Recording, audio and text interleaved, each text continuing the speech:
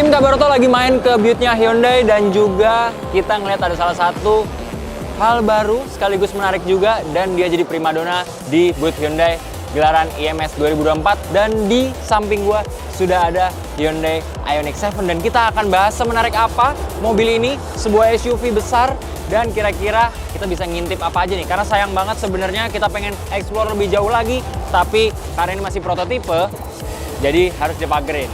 Stay tune terus di YouTube channel Kabaroto.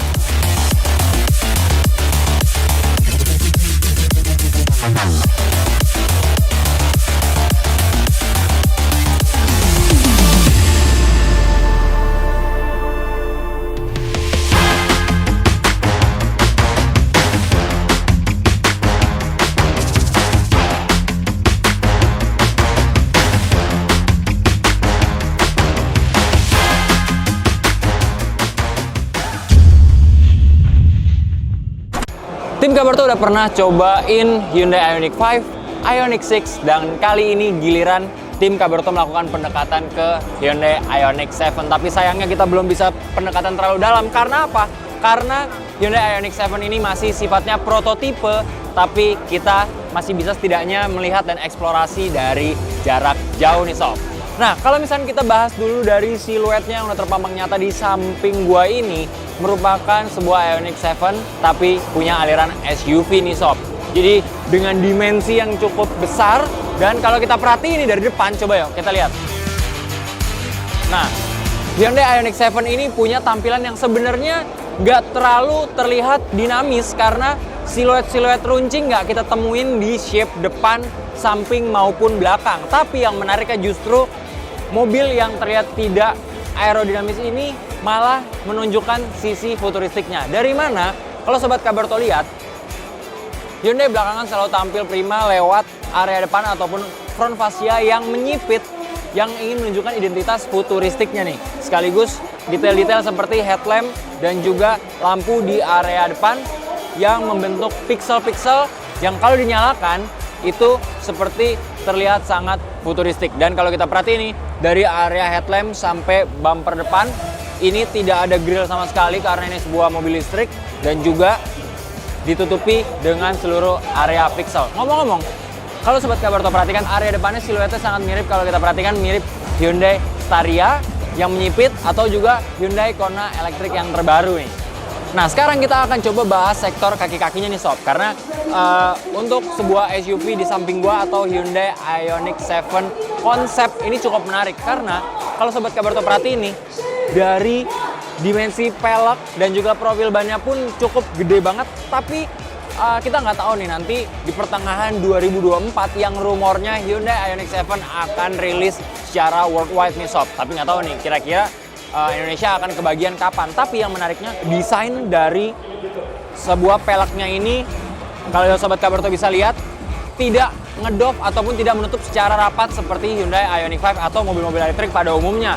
Tampilannya pun seperti pelek mobil konvensional pada umumnya, tapi terlihat keren juga. Dan kalau Sobat Kabaroto bisa perhatiin ini, nah ground clearance-nya ini benar-benar tergolong tinggi ya, dan pastinya ini cocok banget nih jadi salah satu SUV listrik yang bisa diandalkan untuk daerah-daerah yang punya kontur jalanan bervariasi mulai jalanan halus sampai bergelombang bahkan bebatuan. Karena Sobat Kabaroto lihat dengan pelek, profil ban, sampai ground clearance-nya cukup memumpuni. Detail-detail pixelnya pun juga bisa kita lihat di sisi samping yang kurang lebihnya kalau bisa kita gambarkan mungkin ini seperti lampu sen yang ada pada di mobil. Mungkin Sobat Kabaroto sebagian akan bertanya di manakah letak dari spionnya. Layaknya sebuah mobil prototipe, jadi memang tidak seutuhnya ditampilkan ataupun tidak sempurna karena ini pastinya masih akan memberikan gambaran umum pada konsumen yang hadir di gelaran IMS 2024. Jadi mungkin seperti beberapa SUV listrik yang sudah beredar di Indonesia, biasanya tetap akan dipasangkan spion, tapi kalau yang sifatnya worldwide hanya seperti kapsul kamera dan akan direfleksikan melalui layar yang ada di area dalam ataupun di area kabin dekat dengan area Twitter ataupun area sound. Dan geser lagi nih Sobat Kabaroto. Nah, ini ada satu hal yang sebenarnya cukup menarik tapi sayang banget nih tim Kabaroto belum bisa melakukan pembuktiannya karena memang siapapun belum bisa mengakses ke area kabin, bahkan untuk mendekat lebih ke area sisi sampingnya pun nggak bisa karena semuanya masih dijaga supaya tidak bisa disentuh. Jadi, kalau sobat Kabaroto nanti bisa di-insert juga nih untuk YouTube resmi dari Hyundai Ioniq 7 juga. Sistem pembukaan pintunya ini sendiri cukup menarik karena modelnya seperti model Suicide yang mana sistem pembukaannya sendiri saling berhadapan. Jadi tidak seperti mobil pada umumnya yang membukanya selaras, melainkan ini arahnya adalah berhadap-hadapan. Jadi cukup menarik nih karena biasanya pintu model Suicide ini diaplikasikan ke sebuah sedan-sedan mewah, tapi ini diaplikasikan ke sebuah SUV yang terlihat cukup besar dan juga bongsor. Dan tim Kabaroto juga mau kasih kejutan menarik buat sobat Kabaroto yang bisa bikin siapapun ngelihat kayaknya nggak expect banget nih. Ternyata desain area buritan ataupun area belakang dari Hyundai Ioniq 7 ternyata kayak gini. Penasaran kayak gimana? Let's go, kita ke belakang.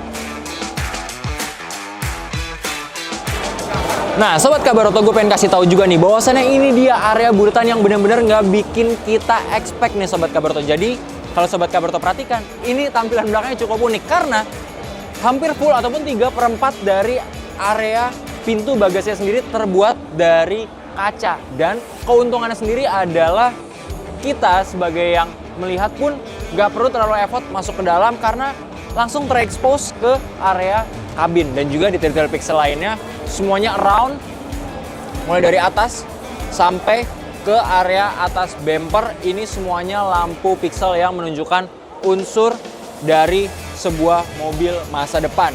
Kalau sobat Kabaroto perhatikan, ini detail-detail juga seperti logo Hyundai yang disambung juga dengan aksen kayu. Nah, mungkin ini salah satu tips nih buat sobat Kabaroto yang bingung harus beli mobil atau rumah dulu.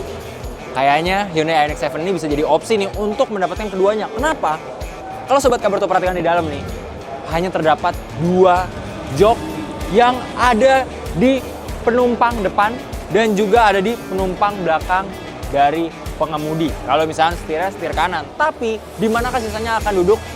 Rasanya kita nggak bisa nemuin sistem duduk di sebuah mobil yang ada di Indonesia pada umumnya, melainkan sobat Kabaroto bisa lihat ini cukup menarik nih. Yang mana sofa panjang ini memutari sekitar area belakang mobil nih sob. Jadi memang setupnya didesain layaknya ruang tamu dan dibuat sehomey mungkin.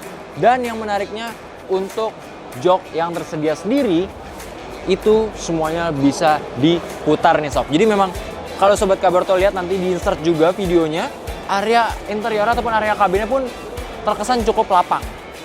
Nah, yang bikin menariknya juga kalau tadi tim Kabaroto udah sempat mention area kabin ataupun interiornya ini cukup homey.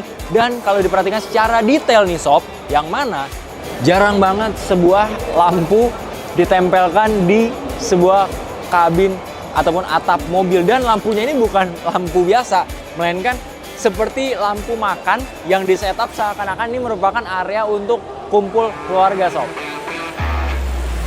Kalau di Hyundai Ioniq 5 dan juga Ioniq 6 kita bakal temuin sebuah identitas yang bertuliskan Hyundai dan juga Ioniq, dan juga identitas dari serinya 5 dan 6 yang masih menggunakan angka. Melainkan kalau misalkan yang di Ioniq 7 tidak menggunakan angka 7, tapi bertuliskan sebuah font simple, bertuliskan 7 seperti ini. Dan tidak ada tulisan Hyundai sama sekali, melainkan hanya logo saja nih sob. Dan kalau kita lihat di area dalam ini ada logo Hyundai yang nanti bisa di-insert juga nih, bahwasannya di YouTube-nya Hyundai sendiri menunjukkan itu lampu pemanis tambahan aja. Sedangkan yang di sini yang pixel ini merupakan stop lamp dan juga lampu belakang.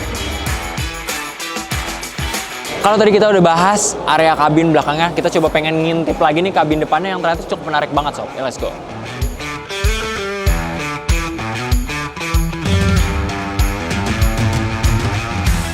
Nah, kalau misalnya kita ngintip sedikit ke area kabin depannya yang sebenarnya sayang banget tim Kabaroto tuh pengen banget ngedeket, tapi ini nggak bisa.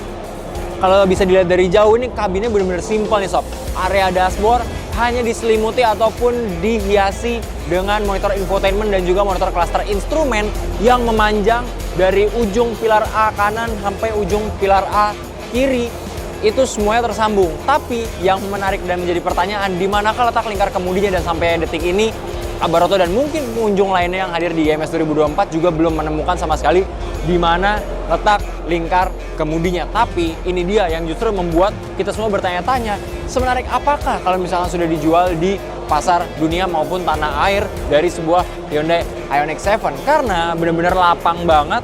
Dan Sobat Kabar tuh bisa lihat shape-nya dari pilar B ke pilar C itu menurunnya tidak terlalu drastis sehingga membentuk unsur atap yang luas, lapang, tapi tidak terlalu berlebihan. Walaupun mobil ini tidak terlalu menunjukkan kesan aerodinamika yang cukup tinggi karena shape-nya kalau Sobat Kabar tuh lihat tekukannya tidak terlalu meruncing banget, tapi detail-detail yang membuat mobil ini terlihat seperti berotot dan berisi juga terlihat dari shape belakang yang cukup padat. Dan juga kalau dilihat dari area atasnya juga nih Sobat Kabar tuh terdapat roof rail yang warnanya tidak senada dan menunjukkan bahwasannya di sisi samping pun shape-nya akan tetap terlihat. Begitupun dengan detail-detail yang diciptakan di Hyundai Ioniq 7. Detail dari pixel ataupun kotak-kotaknya pun tidak hanya di area lampu headlamp, area bumper maupun stop lamp di area belakang, melainkan di area bawah juga, side skirt, dan juga di area atas di bagian roof railnya juga terdapat emblem-emblem ataupun unsur-unsur dari pixel.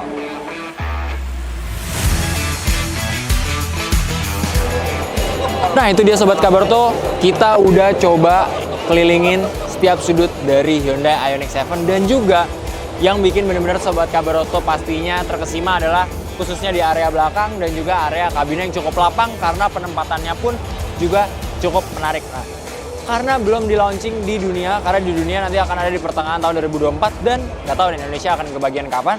Sobat Kabarto ada yang bisa prediksikan nih kira-kira berapakah bandrolnya untuk sebuah SUV listrik ataupun EV car terbaru yang nantinya akan diluncurkan oleh Hyundai ke pasar otomotif dunia dan juga Indonesia. Jangan lupa klik like, komen, dan subscribe dan pantengin terus YouTube channel Kabaroto karena kita akan selalu mereview mobil-mobil menarik. Gua Dion pamit undur diri, sampai ketemu di review mobil selanjutnya. Bye.